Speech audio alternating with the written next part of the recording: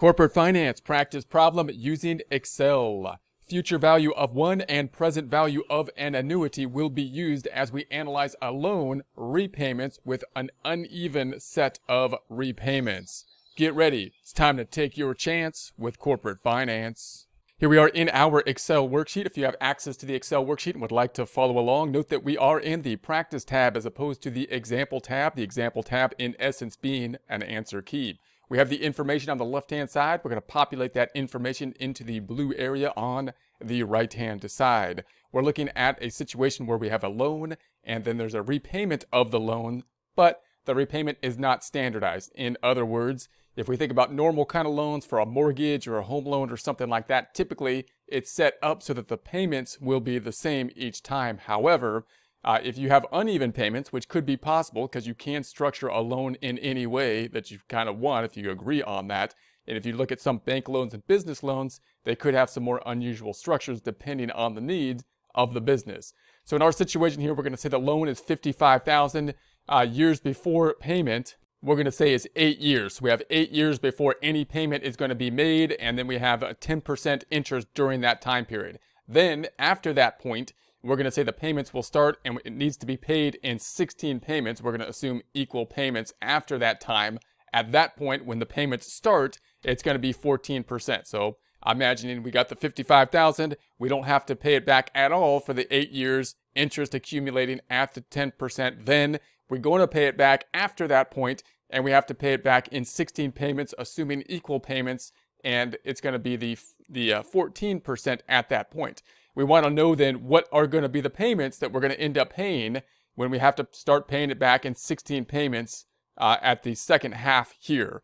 In order to get that then, we first have to start with our loan payment. We have to know where we will be, what will be the future value as the loan accumulates interest. So after the 8 years, how much will the loan be? And then we need to figure out based on the 16 payments and 14%, how much of the payments we're going to have to be making at that point in time. So we'll do this one step and then the other step. First step, future valuing this portion, the portion before we end up making a payment where the interest is just accumulating upwards. So we're going to do that with our trusty present value equation. Present value is a future value equation. We're trying to get to the future value, not an annuity future value of 1. Equation FV, future value, equals the present value times 1 plus r to the n. That's going to be our equation. We'll break that out into our table format to start it off. Then we'll think about it with an Excel kind of formula as well as a running balance. So we're going to start off with the $55,000. We're going to put that into the outer column. Then we're going to go into the inside and calculate this internally, 1 plus r to the n. So I'm going to say 1 plus r, which is going to be the 10%. We'll make that a percent by going to the Home tab, Numbers group, percentifying it, underlining it, Home tab, Numbers, underline. Then we'll add this up. Oh, the underline disappeared. Underline. Then we'll add this up using the trusty sum function equals the SUM, Shift 9, up arrow, holding down Shift up another time, and Enter. Let's make that a percent. Home tab, Numbers group, percentifying that one. Then we're going to take it to the N units or N power, and that's going to be the number of years in our case, periods, years in our case. Underlining that, Home tab, font group, and underline. We'll bring that out into the outer column so that we can then multiply these two together. This is going to be equal to the 110% to the power of Shift 6, 8. Then we need to add some decimals here by going to the Home tab, Numbers group, and decimalizing it. And then we're going to underline it by going to the Home tab, font group, and underline. And finally, we can multiply out the outer column, the 55,000 times this number that we just calculated here. Let's add 2 decimals to that one. Home tab, Numbers, couple decimals. So that means at the end of this point, we're going to have the loan is going to be at that future value at the end of the 8 years, 117,897.38. And then we got to figure out based on that amount how much we're going to have to pay in order to pay it off in 16 payments at an interest rate of 14%. But before we get to that second half of the problem, let's recalculate this a couple different ways. The way most common would probably be the Excel formula, but we'll do it a couple ways here.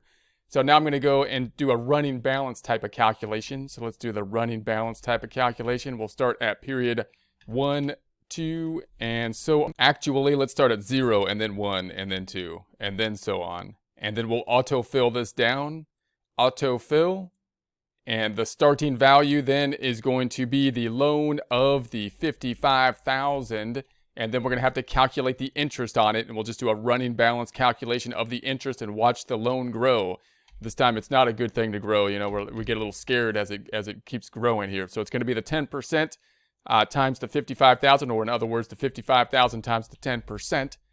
And then we're going to say this is going to be equal to the 55,000 plus the interest, which is the 5,500. And then the next interest for period 2, year 2, is going to be now on that 60,500 times 10%.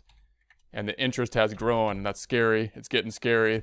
60,500 plus the 6,500, and let's do it again. Now we're going to take the 66,550 times the 10%, and the interest grew again. The loan balance is growing. Now we're going to take the prior loan balance plus the interest.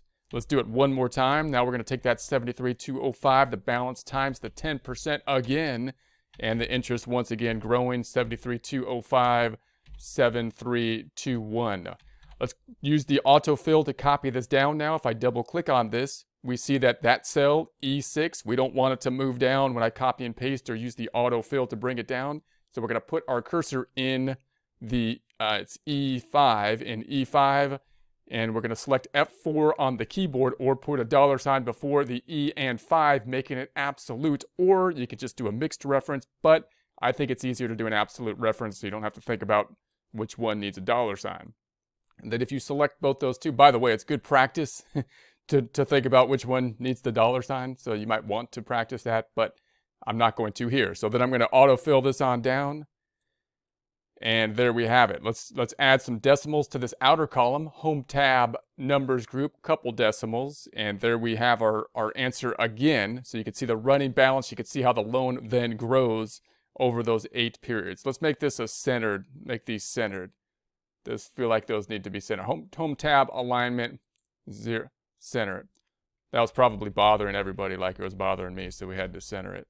So now we're going to then do the future value with a formula, the magic way. So I'm going to say instead of equals negative, in order to make it a positive number when we finish the calculation, future value FV shift 9. We're going to pick up the rate is going to be the 10%, comma, and then the number of periods is going to be 8 periods, and then we're going to say comma, comma, and we're going to then pick up the present value, which is going to be the 55, and enter.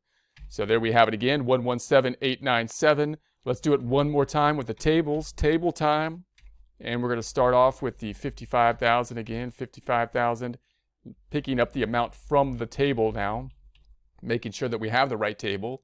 That being the future value of 1, not an annuity, in other words. And we want the 10% and the 8 periods, 10 and 8, 10 and 8. Here's 10, and 8 is like right there. 2.1436, 2.1436, 2.1436, 2.1436, 2.1436. And then this is going to be the 55,000 times that 2.1436. Once again, getting close to the same 117,897.38, slightly different due to rounding, tables going out to 4 digits here. Now we're going to do the second part of the problem here, multiple different ways again. And the second part, now that we know what the balance of the loan will be after this first part of the loan, when they gave us note, we didn't have to pay it back at all. And we had great 8 years, we had good times, we were partying it up, but now they want now it accumulated up. Now the loan balance after that point is 117,897.38 as opposed to 55,000, and where the interest rate is now higher at 14%, and they want us to pay it back now. The nerve of these people. So what we'll do then is try to figure out how to pay it back. We could do the present value of an annuity, because in essence we're going to make an annuity payment because we want to make equal payments on it. And we're going to basically use the annuity formula to back into the payment, because we know the end result, and I'm going to put the end result down here. We know what the end result needs to be. It needs to be that number. So we know what that is, so I can say the end result equals P, and then that's the unknown. We're looking for P, times 1 minus 1 plus R. R is 14% now, to the negative N. That's going to be 16 years now, divided by R, which once again is 14. So what we'll do, so we could do that algebraically. You have only one unknown here, and then you can use your algebra to sort it around and solve for the unknown. If you're using Excel, most likely you're probably not going to be using the math. You're going to be using a formula, a function, the function being the present value of an annuity. So if we went over here to the present value of an annuity, we're going to do that over here in this cell. Then it would be like this equals the present value of an annuity, and I can't rearrange this in the same way as I can for a formula. But this one right there, that's the only unknown. The number, the payment amount, that's the only unknown. So what I would like to do is use this formula. I don't want another function. I don't want to have to know another function. I'd like to use this function to figure out that amount, even though this one usually solves for the present value amount. So what we'll do is we'll use the goal seek feature in order to do that practical thing to do in Excel. Okay, so we're going to do, to kind of think about this, one, you could do the algebra, you could solve for P. Two, we're going to get into the goal seek by first thinking about it in terms of a mathematical equation, and then we'll apply that concept to the function in Excel. So I'm going to plug this into our equation as we saw it up top, into our spreadsheet kind of format. I'm not going to rearrange it solving for P, but rather link everything together so that we can then make an adjustment for P with the use of the goal seek. So the thing we do not know up top is the payment amount. So I'm not going to put 0 there. I'm just going to guess a number like 1,000 for the payment amount. Then I'm going to set up the functions or the spreadsheet so it's all connected together. So it calculates the number if we had the proper input. Then we'll use goal seek to find that input. And then we'll use that same principle to do that in a function, which will be the present value of an annuity function. So we're going to say that's going to be that. I'm going to say 1, and then we want 1 plus R to the negative N. So I'm going to say 1, and then R is now, I'm going to make this green just so I don't pick up the wrong numbers.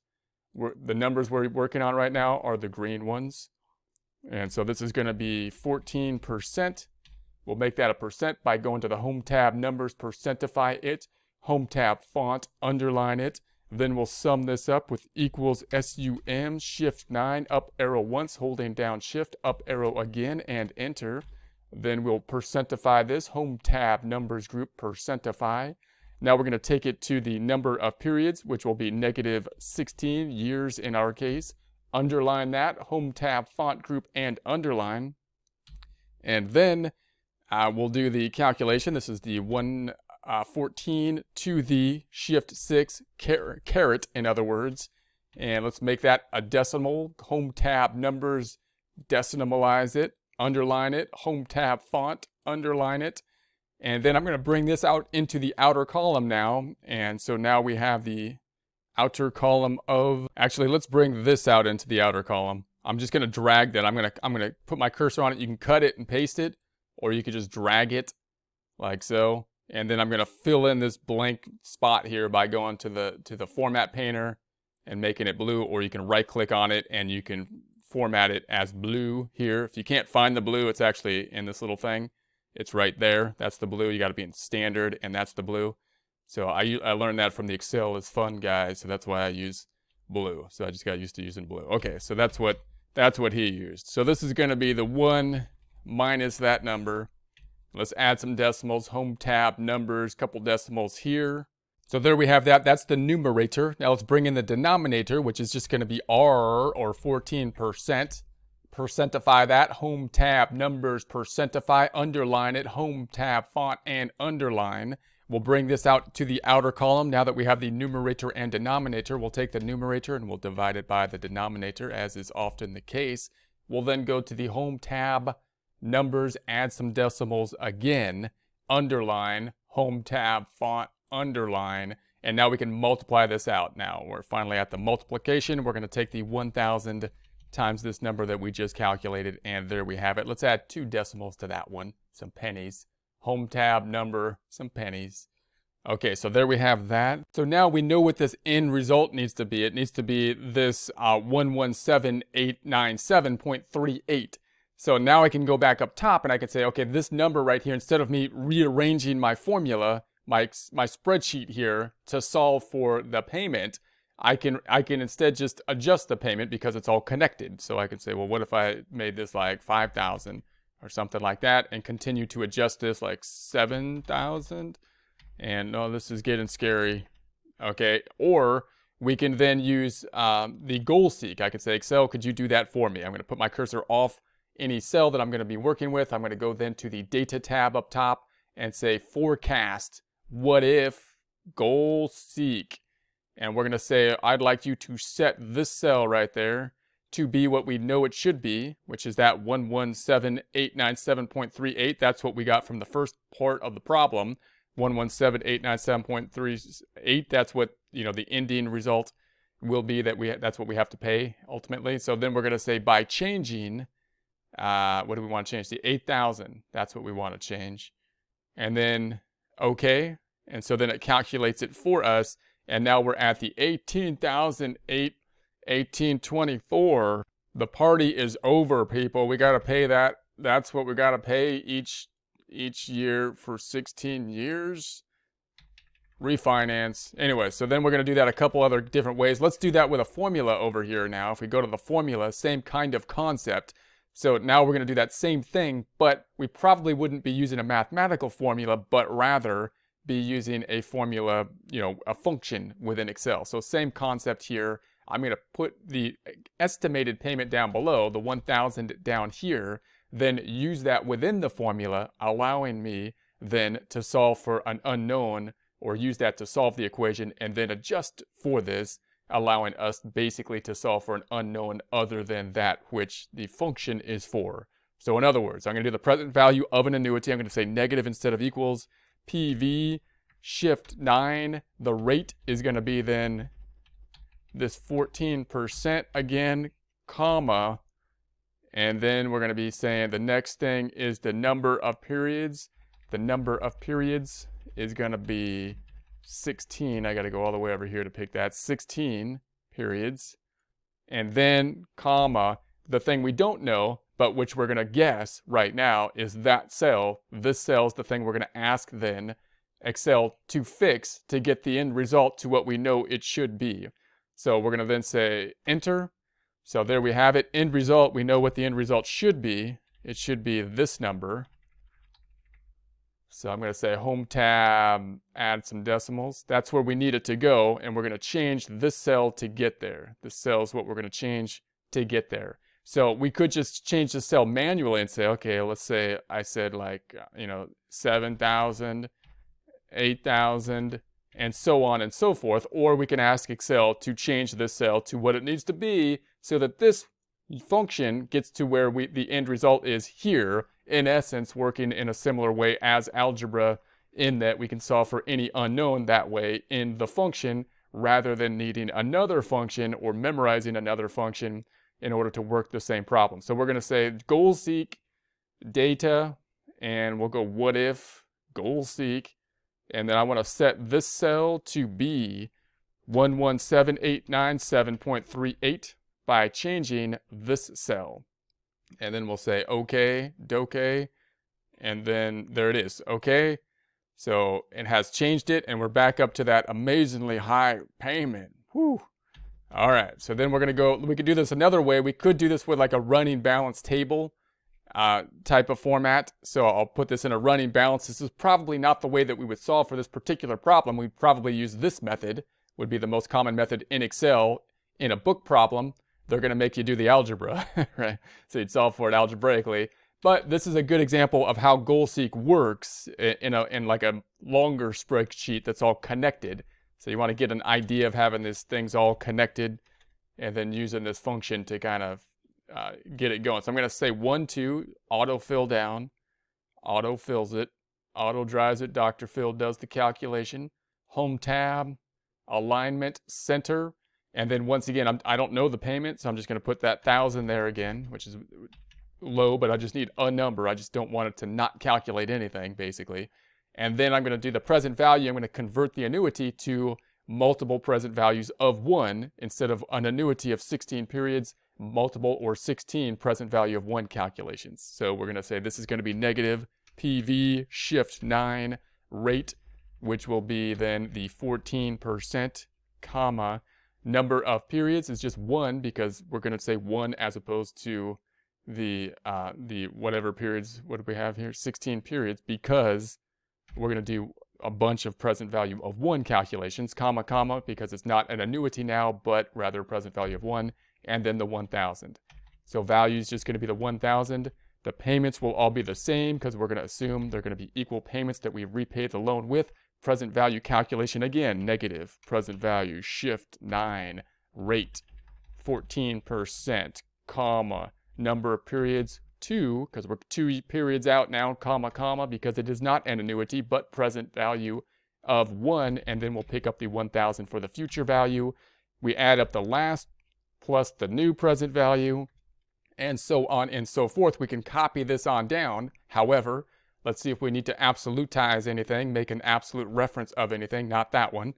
This one we do, because that 14, if I copy it down, the 14 will move down, and I don't want it to move down, so I'm going to tell Excel, don't you move that 14 down in Y11. So Y11, so we got to go up to Y11 and say F4, or I'm going to select F4 on the keyboard. That puts a $sign before the Y and the 11, making it an absolute reference. So we've absolutized it. You only need a mixed reference, but absolute reference will typically work there as well. We're going to select those 3, autofill handle, and drag it on down again.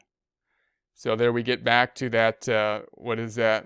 And so that's not it yet, because we know what that end result should be. It needs to be this 117,897.38. And so now we could change this cell because it's all connected. So I could just say, well, what if I change this to like 5,000 and it's getting closer? What if I make it like 10,000 and so on and so forth? And then we can use goal seek to change that cell, even though we have this pretty long, complex table, because it's all tied together. So we can then go to the home tab. Now I'm going to make this really small down here so that we can kind of see it on one screen, and then I'll make it big again. So I want to bring this down so now we can see everything on one screen.